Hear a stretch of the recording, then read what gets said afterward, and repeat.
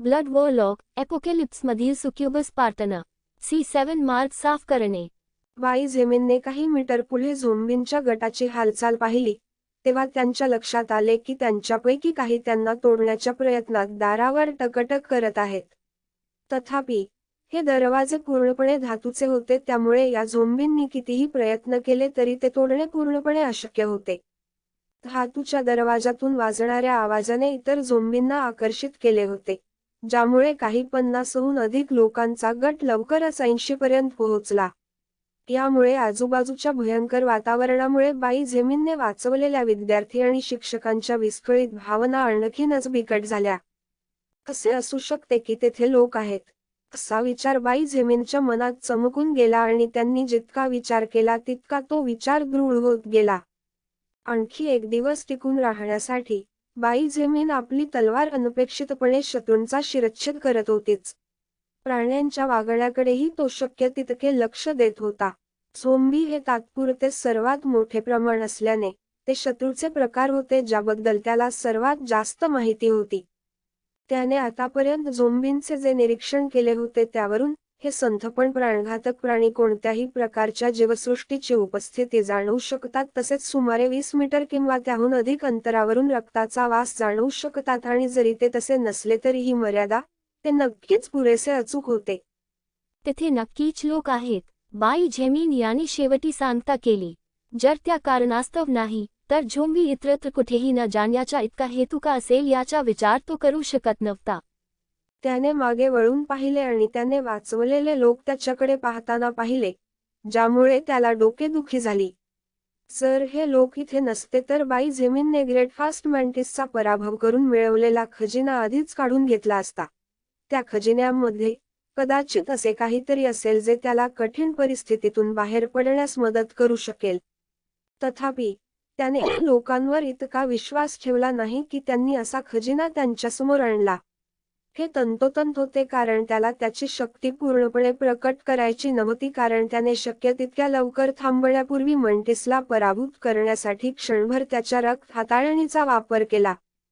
जणू काही तिला त्याचे विचार माहीत असल्याप्रमाणे त्याच्या शेजारी उभी असलेली लिलिथ हसली आणि सहज म्हणाली, तुम्ही त्यांना सोडून द्याल तर काय? तुमच्या पाठीत वार करू शकणारे हे ओझे तुम्ही मागे सोडले तर तुमच्यासाठी सर्व काही सोपे होईल। कोणत्याही क्षणी वाई झेमिन काही न बोलता तिच्याकडे कुस्करून पाहिलं। माझ्याकडे असं बघू नकोस, फक्त म्हणतोय। लिलिथने तिचे खांदे सरकवले आणि दुसरे काही बोलले नाही। वाई झेमिनला असं काही करणं अशक्य आहे हे तिला माहीत होतं। अखेर त्याला तलवार घेऊन जीव मुठीत धरून लढण्यास भाग पाडून जेमतेम 1 तास झाला होता। जगाच्या क्रूरतेचा अनुभव घेतल्याशिवाय तो इतका बदलू शकला नाही। तथापि, लिलिथला खात्री होती की तो लवकरच जुळवून घेईल, अन्यथा अशा मानसिकतेला पाठीशी घालण्याची ताकद असल्याशिवाय तो मरेल। वाई झेमिनला काय करावे हे सुचेना तेव्हाच आता 80हून अधिक झोम्बींचा गट अचानक व्यस्त झाला। एक बाण दुरून उडाला, झोम्बीच्या कपाळावर अचूक मारला। झोम्बी प्रतिक्रिया देण्यापूर्वी त्याच दिशेने दुसरा बाण निघाला आणि दुसरा झोम्बी कोसळला। मजबूत। वाई झेमिनला थोडं आश्चर्य वाटलं। हल्लेखोर कोण आहे हे त्याला माहीत नव्हते कारण त्याच्या दृष्टिकोनात अनेक इमारती अवरोधित करत होत्या, तथापि त्या व्यक्तीचे धनुर्विद्या कौशल्य खरोखर उत्कृष्ट होते। दुर्दैवाने 5 बाणानंतर हल्ला तात्पुरता थांबला। वरवर पाहता हल्लेखोर अगदी जवळ होता आणि झोम्बी त्या व्यक्तीला घेरले होते। तुम्ही सगळे इथेच थांबा, ते शब्द मागे टाकून वाई झेमिनने वाघाप्रमाणे लपण्याच्या जागेवरून उडी मारली आणि झोम्बीकडे धाव घेतली। त्याला आणि झोम्बींना वेगळे करणारे 50 मीटरचे अंतर काही सेकंदात पार केले। वाई झेमिनने विजेच्या वेगाने 2दा तलवारीने वार केले आणि 2 झोम्बींची डोकी हवेत उडाली। तुम्ही पातळी 4 सामान्य झोम्बी सोल पॉवर प्राप्त केली आहे। तुम्ही पातळी 4 सामान्य झोम्बी सोल पॉवर प्राप्त केली आहे। ... 5 सेकंदात वाई झेमिनने 7 झोम्बींचा शिरच्छेद केला। क्लियांग पेंग, ज्याने 2 मीटरचा मोठा हातोडा वाहून नेला, त्याने त्याला एका झोम्बीकडे झुकवले आणि 10 मीटर उड्डाण केले। झोम्बी जमिनीवर पडला आणि त्याच्या शरीराचा वरचा अर्धा भाग विकृत झाला आणि त्याचे डोके पूर्णपणे चिरडले।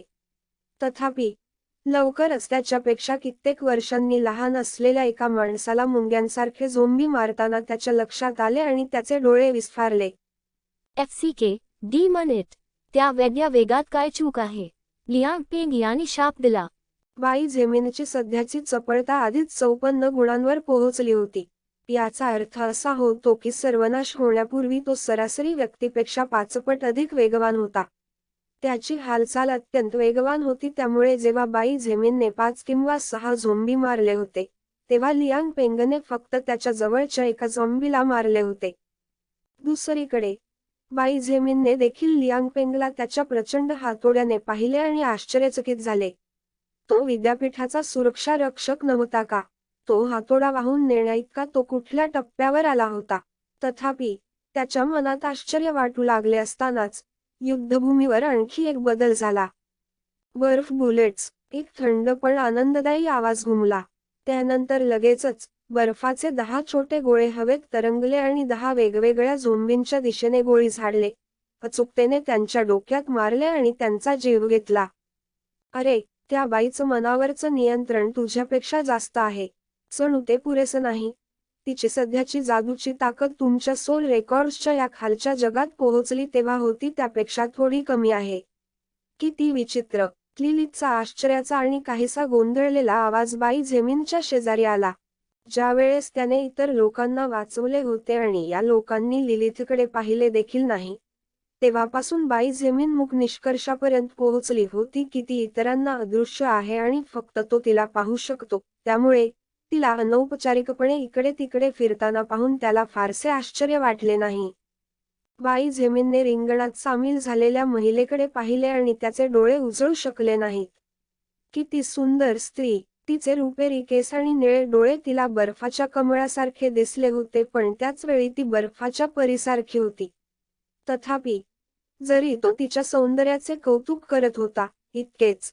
शेवटी बाई झेमिनने आधीच आश्चर्यकारकपणे सुंदर, मोहक आणि निष्पाप लिलीथ पाहिली होती. बाई झेमिनची हालचाल जराही कमी झाली नाही, कारण तो झोंबींचा शिरच्छेद करत राहिला आणि प्रत्येक सेकंदाला 1 किंवा 2 त्याच्या पाया पडले. जणू चांदीच्या केसांच्या स्त्रीच्या आगमनाने एक नवीन सुरुवात केली. बाणांनी त्यांची कथ पुन्हा सुरू केली. तथापि काही कारणास्तव अचूकता न गमावता शूटरचा वेग वाढला. 80हून अधिक झोंबींचा समूह भयानक होता. कोणीही त्यांच्यामुळे भारावून जाईल आणि वेढला गेल्यास एक उत्क्रांतीचा मृत्यू होईल. या प्राण्यांपासूनचा धोका आणखी वाढला होता, कारण जिम्नॅशियम इमारतींनी वेढलेले होते, ज्यामुळे ते हल्ला करण्यासाठी एक वाईट जागा बनले होते, परंतु बचाव करण्यासाठी एक चांगली जागा होती. या प्रकरणात माणसेच हल्लेखोर असल्याने त्यांना त्रास सहन करण्याशिवाय पर्याय नव्हता. तथापि ती बाई झेमिन, चांदीच्या केसांची स्त्री, लियांग पेंग किंवा इमारतींमध्ये लपलेली धनुर्धारी असो, त्या सर्वांमध्ये त्यांचे स्वतःचे गुण होते ज्याचा त्यांना अभिमान वाटू शकतो आणि विद्यापीठातील विद्यार्थी आणि प्राध्यापकांमध्ये क्रॉपची क्रीम मानली जाऊ शकते.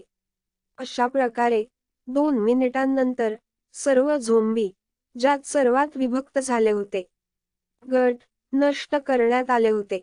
रक्ताने अनेक डबके तयार झाले होते आणि मांस सर्वत्र यादृच्छिकपणे पसरले होते. वास अत्यंत तिरस्करणीय होता आणि दृश्य कोणालाही घाबरवू शकते. मात्र यावेळी लढणाऱ्या लोकांना मृत्यूशी झुंज द्यावी लागली आणि डझनभर किंवा शेकडो प्रेतांमधूनही इथे मार्गक्रमण करावे लागले, त्यामुळे त्यांच्यापैकी कोणाचीही अतिरेकी प्रतिक्रिया नव्हती. तिन्ही लढवय्ये डोळ्यात सावधगिरीने एकमेकांकडे पाहत होते. आता जग बदलले होते. लोकांच्या हृदयात असे झाले असते की नाही हे सांगणे कठीण होते. परिणामी तिघांपैकी कोणीही एकमेकांवर फारसा विश्वास ठेवला नाही.